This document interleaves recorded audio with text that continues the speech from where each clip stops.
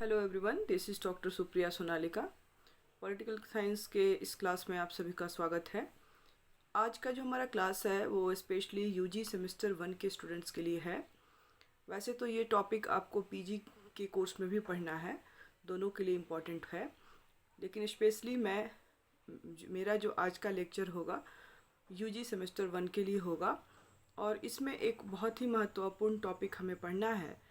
Paper 2 के अंतर्गत Indian political thought का जो पेपर है उसके अंतर्गत बाल गंगाधर तिलक के बारे में पढ़ना है। और आज हम लोग तिलक के स्वराज संबंधी जो धारणा है उनके पॉलिटिकल व्यू के अंतर्गत उस पर चर्चा करेंगे। तिलक सच्चे अर्थों में जो थे वो भारतीय राष्ट्रवाद के जनक थे, जिन्होंने भारतीय राजनीति को एक नई दिशा प्रदान की करके कांग्रेस को एक जन आंदोलन में परिणत कर दिया। जो पहले कुछ लोगों तक सीमित थी तो उसको जन आंदोलन बनाने का श्रेय जो है तिलक को जाता है। तिलक उग्रवादी होते हुए भी उन्होंने हिंसा रक्तपात को प्रोत्साहन नहीं दिया और तिलक ने जनता और नेताओं के समक्ष एक रचनात्मक कार्यक्रम विकसित किया और भारत को स्वतंत्र कराने में एक पृष्ठभूमि जो है रखी। तिलक राजनीतिक क्षेत्र में जो सबसे बड़ी देन जो तिलक की है वो है उनका स्वराज संबंधी विचार। और 1916 में उन्होंने समूचे भारत को यह मंत्र प्रदान किया कि स्वराज हमारा जन्मसिद्ध अधिकार है। स्वराज शब्द का अर्थ क्या है कि अपना राज्य। इससे तिलक का जो अभिप्राय था उन्होंने अपने एक भाषण में स्पष्ट किया था। वो भाषण मैं बताती हूँ। स्वराज का अर्थ सारा नियंत्रण अपने हाथों में लेना है। मैं अपने घर की कुंजी अपने हाथ में रखना चाहता हूँ। हमारा लक्ष्य स्वराज है। हम प्रशासन करने वाले समूचे शासन तंत्र पर अधिकार चाहते हैं। हम केवल क्लर्क नहीं बनना चाहते। इस समय हम क्लर्क हैं, एक विदेशी सरकार के हाथों में अपने को उत्पीड़न का साधन बने हुए हैं। स्वराज से इस शोचनीय स्थिति का प्रतिकार करना चाहते थे और श्री तिलक के स्वराज की कल्पना उस समय की परिस्थितियों का परिणाम थी। और 1916 में तिलक स्वराज अथवा होम रूल से कम किसी बात पर को नहीं स्वीकार करने में संतुष्ट थे। तिलक के स्वराज और होम रूल की कल्पना कुछ अंशों में आयरलैंड की जो स्वतंत्रता के आंदोलन पर आधारित था और अंग्रेजी में इसे पर्याय होम रूल शब्द का आविष्कार आइजक वट को समझा जाता था। और डबलिन में 1876 में आयरलैंड में होम रूल की स्थापना करने वाला पहला संघ निर्माण हुआ। और 1916 में आयरलैंड में जो ईस्टर विद्रोह हुआ उसका भी भारतीय नेताओं पर प्रभाव पड़ा। उस समय श्री तिलक भारत के लिए जिस प्रकार का स्वराज चाहते थे वह बाद में कांग्रेस द्वारा वांछित पूर्ण स्वतंत्रता या कंप्लीट इंडिपेंडेंस के विचारों से कुछ डिफरेंट था। स्वराज को प्राप्त करने के लिए जो उन्होंने 4 महत्वपूर्ण साधन बताए हैं उसमें पहला था राष्ट्रीय शिक्षा, नेशनल एजुकेशन, दूसरा स्वदेशी, तीसरा बहिष्कार, बायकॉट, और चौथा था निष्क्रिय प्रतिरोध। तो पहला जो उसमें है शिक्षा, उसकी चर्चा हम लोग करते हैं। तो राष्ट्र की उन्नति और अभ्युत्थान के लिए पहला जो महत्वपूर्ण साधन तिलक ने बताया है वह उस शिक्षा को बताया है। और छात्र जीवन से ही को वो समझते थे और तत्कालीन शिक्षा पद्धति की कमियों तथा दोषों को वह भली भांति जानते थे। अतः इन्हें दूर करने के लिए सर्वप्रथम उन्होंने जो उस समय के जो संप्रदाय थे जैसविट संप्रदाय के ईसाई मिशनरियों की भांति एक नवीन शिक्षा संस्था बनाने का निश्चय किया। और 2 जनवरी 1880 को उन्होंने पूना में न्यू इंग्लिश स्कूल की स्थापना की। और स्वदेशी आंदोलन के दिनों में वे महाराष्ट्र में राष्ट्रीय शिक्षा के लिए आंदोलन को बड़ी तेजी से चलाते रहे। फरवरी 1908 में उन्होंने शिवाजी ने के गुरु श्री समर्थ रामदास के नाम पर सामर्थ विद्यालय की भी स्थापना की।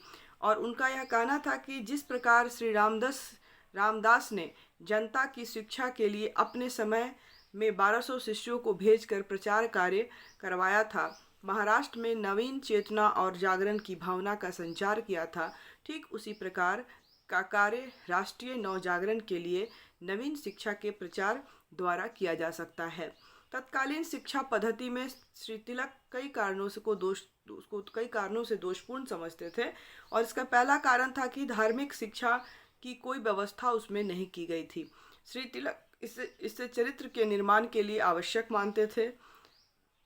बार्शी नामक स्थान पर शिक्षा पर दिए गए भाषण में उन्होंने वर्तमान शिक्षा पद्धति की इस कमी को स्पष्ट करते हुए कहा था कि 20 वर्ष तक इसमें सड़ने के बाद भी विद्यार्थी को अपने धर्म तथा कर्तव्यों का बोध नहीं होता।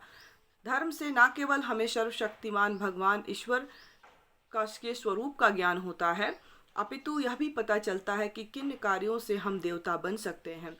यदि हम देवता बन सकते हैं तो क्या यूरोपियन लोगों की भांति बुद्धिमान और क्रियाशील नहीं बन सकते। न केवल हिंदू धर्म की अपितु मुसलमानों को इस्लाम की शिक्षा और एक दूसरे के धर्मों के प्रति सहिष्णुता का पाठ पढ़ाया जाना चाहिए। शिक्षा पद्धति की दूसरी कमी जो थी वो वैदिक और उपनिषद कालीन शिक्षा के गौरवपूर्ण आदर्शों का विस्मरण था, मतलब उसको भुला दिया जाना था, और इसके परिणाम स्वरूप देश का अधपतन हो चुका था। और इस समय शिक्षा का एकमात्र उद्देश्य नौकरी, पैसा, भौतिक समृद्धि को प्राप्त करना था। इसलिए शिक्षा निरंतर महंगी होती जा रही थी और गुरु और शिष्य पैसे के लालच में अपने प्राचीन आदर्शों को भूलते चले जा रहे थे। मातृभूमि की उन्नति और पुनर्जीवन के लिए ऐसी शिक्षा की आवश्यकता थी जिसमें शिक्षक त्याग, तपस्या, आदर्शवाद आदि प्राचीन भारतीय आदर्शों में से अनुप्रमाणित होकर छात्रों को पढ़ाए, शिक्षा को अधिक से अधिक सस्ता बनाए ताकि वह निर्धन विद्यार्थियों को भी उपलब्ध हो सके। गुरु शिष्यों में देश के पुनरुत्थान और जागृति की भावना जो है कूट कूट कर भरे कि वे देश के स्वतंत्रता संग्राम में पूरी तरह जुट जाएं। शिक्षा के प्रसार को वे एक अन्य दृष्टि से भी विशेष महत्व देते थे। वैदिक एवं संस्कृत साहित्य का प्रकांड पंडित होने के नाते वे पश्चिमी विचारकों को देने वाली अंग्रेजी शिक्षा के इस दृष्टिकोण से प्रबल पोषक थे और उन्होंने स्वतंत्रता, समानता, लोकतंत्र तथा राष्ट्रीयता के विचारों का जनता से परिचय मिला और देशवासियों को स्वतंत्रता के प्रेम की भावना का जन्म होता है। और इस दृष्टि से तिलक के विचार महात्मा गांधी के उन विचारों से सर्वदा भिन्न थे जिसमें के अनुसार वे अंग्रेजी शिक्षा का सर्वदा निरर्थक और अनुपयोगी समझते थे। तिलक ने अपने जीवन का Shri Ganesh new English school में और फ्यूगसन कॉलेज में अध्यापन भी किया था और इस तरह से उन्होंने शिक्षा को बहुत इम्पोर्टेंट मानते थे और वह चाहते थे कि जो पुरानी परंपरा की शिक्षा है के साथ साथ जो है हमारी जो अंग्रेजी शिक्षा है उसको भी प्रोत्साहन किया जाए ताकि इन दोनों के सामंजस्य से व्यक्ति में बौद्धिक विकास हो सके और हम जो है प्रगति की मार्ग में आगे बढ़ सकें और अपनी स्वतंत्रता आंदोलन के लिए जागरूक हो सकें। दूसरा जो उनका साधन था स्वराज को प्राप्त करने का वो था स्वदेशी मतलब अपने देश का में निर्मित या अपने देश का।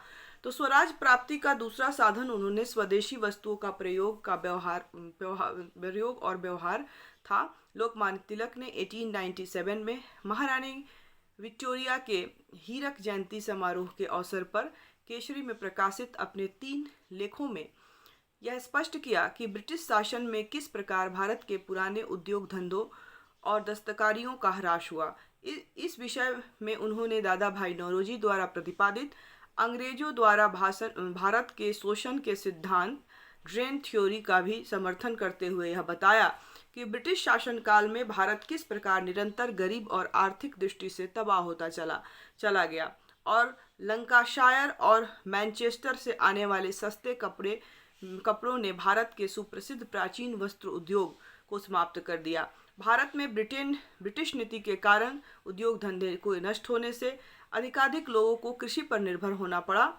और होने के लिए वो विवश हो पड़े, और इससे भारत की दरिद्रता निरंतर जो है दिन प्रतिदिन बढ़ती ही जा रही थी। उसे दूर करने के लिए स्वदेशी उद्योग धंधों और पुराने व्यवसायों का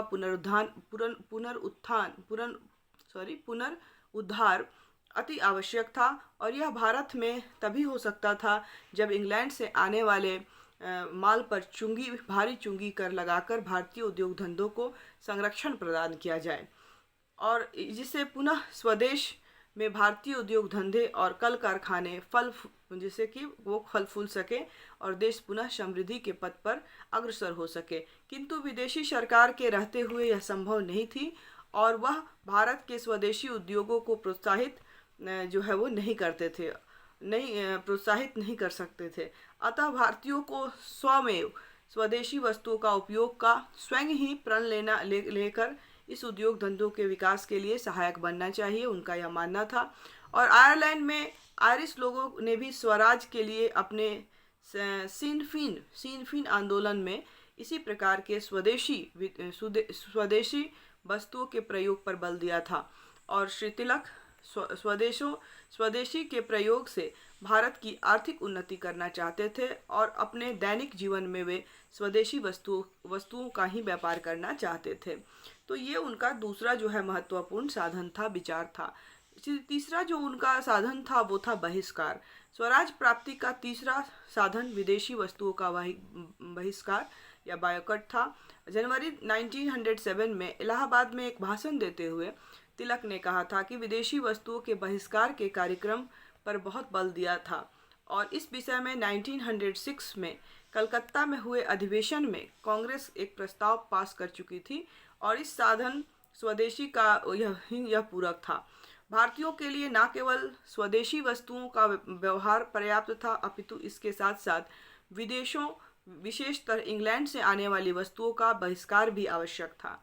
बायकॉट शब्द का इतिहास अति रोचक है। यह एक ब्रिटिश व्यक्ति का नाम है जो आयरलैंड में भूमि रखने वाले एक ब्रिटिश जमींदार का कारिंदा था। आयरिश कृषकों से कठोरता के साथ लगान जो है वसूल करता था और उस पर बड़े ही अत्याचार करता था। इससे मुक्ति पाने के लिए आयरिश किसानों ने उनका ऐसा सफल सामाजिक बहिष्कार किया कि उसे उस समय से बहिष्कार के लिए बायकॉट शब्द का प्रयोग किया जाने लगा।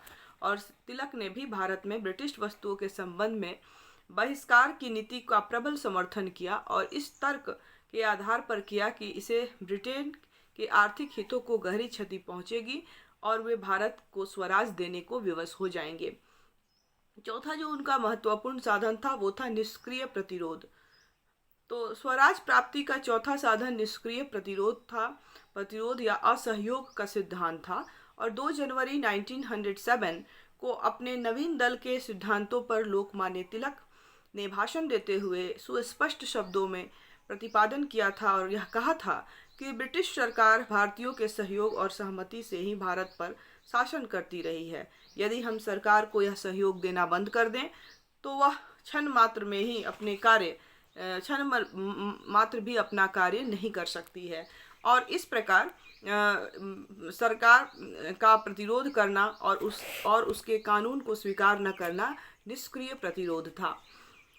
उनके मत में यह शस्त्रों द्वारा लड़ाई करके किए जाने वाले सशस्त्र प्रतिरोध से सर्वदा भिन्न था, और भारतीय वर्तमान परिस्थिति में इसी से स्वराज शीघ्र प्राप्त कर सकते थे। उन्होंने अपने इस नवीन गतिशील सिद्धांत की व्याख्या करते हुए कहा कि नवीन दल को यह तथ्य अनुभव करा देना चाहता है कि अपना भविष्य पूर्ण रूप से अपने ही हाथों में है। यदि आप स्वतंत्र होना चाहते हैं तो आप स्वतंत्र हो सकते हैं। यदि आप स्वतंत्र नहीं होना चाहते तो आपका पतन होगा और आप सदैव पतित होते रहेंगे। बने रहेंगे। आप में अधिकांश के पास हथियार नहीं है। यदि आपके पास सक्रिय रूप से शस्त्रों द्वारा प्रतिरोध करने की शक्ति नहीं है तो क्या आपके पास आत्मत्याग और आत्मसंयम की शक्ति नहीं है, जिससे आप विदेशी सरकार पर अपना शासन करने में सहायता ना दें। यह बहिष्कार का साधन है और बहिष्कार एक राजनीतिक हथियार है। हम सरकार को मालगुजारी एकत्र करने में, शांति बनाए रखने में सहायता नहीं देंगे। हम भारत की सीमा से बाहर भारतीयों के खून और पैसे से सरकार को लड़ाई लड़ने में सहायता नहीं देंगे और हम इन्हें न्याय कार्य के संचालन में सहायता नहीं करेंगे। हम अपनी अदालतें बनाएंगे और जब समय आएगा तो हम सरकार को कर भी नहीं देंगे। क्या आप ये सब कार्य संयुक्त रूप से किए जाने वाले अपने प्रयत्नों से कर सकते हैं? यदि आप ऐसा कर सकते हैं तो आप कल से ही स्वतंत्र हो सकते हैं। ये तिलक के विचार थे उन्होंने निष्क्रिय प्रतिरोध से संबंधित कहा था। तिलक ने सरकार को शासन कार्य में सहयोग न देने की नीति को स्वराज प्राप्ति का साधन समझते थे, किंतु वे इससे भी आगे बढ़कर निष्क्रिय प्रतिरोध में कुछ विशिष्ट आवश्यकताओं में सरकार के कानूनों का उल्लंघन भी न्यायोचित समझते थे। उनकी सुंदर एवं प्रामाणिक व्याख्या करते हुए इलाहाबाद में पंडित मदन मोहन मालवीय की अध्यक्षता में हुई होम रूल लीग के कार्यकाल के संपन्न एक बैठक में भाषण देते हुए तिलक ने कहा था कि जो कानून न्याय और नैतिकता के प्रतिकूल है उसका पालन करने का जनता को अधिकार है। उन्हें किसी कानून के लाभ या हानि की तुलना करके देखना चाहिए। यदि हानियों का पल्ला भारी है तो उन्हें इस आधार पर कानून का विरोध करना चाहिए। मनुष्य का यह कर्तव्य है कि वह कृत्रिम और अन्यायपूर्ण कानूनों का विरोध करे। निष्क्रिय प्रतिरोध की पद्धति व्यक्ति के इस संकल्प का प्रतीक है कि वह किसी भी प्रकार का बलिदान करके अपने लक्ष्य को प्राप्त करने का प्रयत्न करेगा। और इस प्रकार तिलक निष्क्रिय प्रतिरोध को सर्वदा संवैधानिक कॉन्स्टिट्यूशनल उपायों से करने के पक्षपाती थे। वे किसी भी प्रकार के अवैध कार्य करने के समर्थक नहीं थे। वे कानून के वैध और संवैधानिक होने में सूक्ष्म अंतर करते थे। सरकार द्वारा बनाया गया प्रत्येक कानून वैध है, किंतु यह आवश्यक नहीं कि वह संवैधानिक हो। किसी भी कानून जो है लीगल हो, किंतु यह आवश्यक नहीं है कि संवैधानिक हो।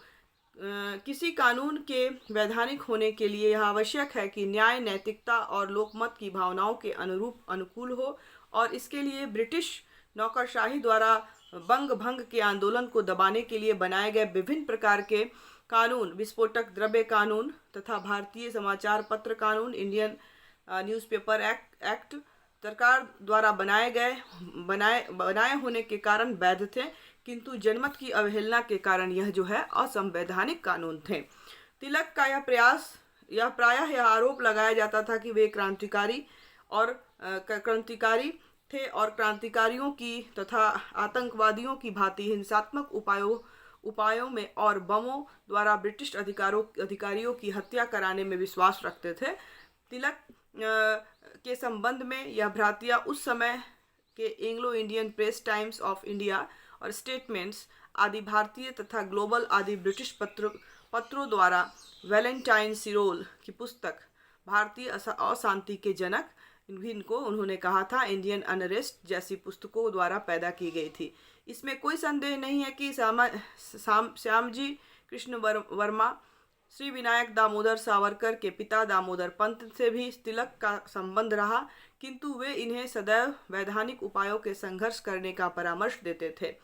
1906 में शिवाजी महोत्सव के उत्सव में नासिक में भाषण करते हुए उन्होंने कहा था कि मैं क्रांतिकारियों को यह सलाह देता हूं कि वे विशुद्ध रूप से वैधानिक कार्यों तक ही अपने को सीमित रखें और गलत काम ना करें।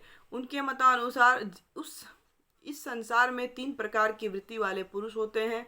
सात्विक वृत्ति वाले पुरुष अपना समय आध्यात्मिक और नैतिक तत्व चिंतन में और अपने जीवन के उत्तम आदर्श द्वारा अपने शिष्यों को शिक्षा देने में व्यतीत करते हैं। दूसरे प्रकार के लोगों में राजसी तत्वों की प्रधानता होती है। वे राजनीतिक आंदोलन तथा प्रचार के कार्य करते हैं। और तीसरा तामसिक तत्वों की प्रधानता वाले पुरुष जो हिंसात्मक कार्यों के मार्ग का अवलंबन करते हैं। तो ये उनका जो था राजनीतिक चिंतन के अंतर्गत स्वराज संबंधी जो विचार था वो था, जिसके बारे में मैंने बताया कि स्वराज जो था उनका एक बहुत महत्वपूर्ण सिद्धांत था। और उन्होंने कहा था कि स्वराज हमारा जन्मसिद्ध अधिकार है। और इस स्वराज को प्राप्त करने के लिए कुछ साधनों की चर्चा उन्होंने की थी, जिसमें राष्ट्रीय शिक्षा को उन्होंने बहुत इम्पोर्टेंट बताया, क्योंकि शिक्षा के द्वारा जो है मानसिक चेंजिंग ला सकते हैं। शिक्षा का लेवल जो उस टाइम में गिर गया था उसको फिर से जागृत करने का प्रयास किया। साथ ही साथ अंग्रेजी शिक्षा को भी प्रमोट करने की बात उन्होंने की। इसके बाद स्वदेश मतलब देश में बनी हुई चीज़ों का उपयोग करने की बात की गई। देश में जो भी सामान प्रोडक्शन करने की बात की गई, जिससे कि लोगों की आर्थिक स्थिति में सुधार आ सके। बाहर से आने वाली वस्तुओं का बहिष्कार करने के पक्ष में थे। और साथ ही साथ निष्क्रिय प्रतिरोध मतलब जो ब्रिटिश गवर्नमेंट जो उस समय थी उसके शासन काल में जो सहयोग था उसको भी ना करके स्वराज को प्राप्ति करने के एक साधन के रूप में उन्होंने इसको इस्तेमाल किया था। तो ये इनके विचार थे। आई होप आपको समझ में आया हो। आज का क्लास हम लोग यहीं समाप्त करते हैं। आपको कोई कन्फ्यूजन डाउट हो तो आप कमेंट सेक्शन में जाके अपने कमेंट्स लिखें। जो लोग भी चैनल पे नए हैं चैनल को सब्सक्राइब कर लें, लाइक कर दें, और ताकि आपकी मेरी वीडियो की न्यू अपडेट्स आपको मिलती रहे। इसी के साथ आज का क्लास समाप्त करते हैं। नए टॉपिक के साथ बहुत जल्द हम फिर मिलेंगे। तब तक के लिए घर में रहें, सुरक्षित रहें, पढ़ते रहें। Thank you all of you.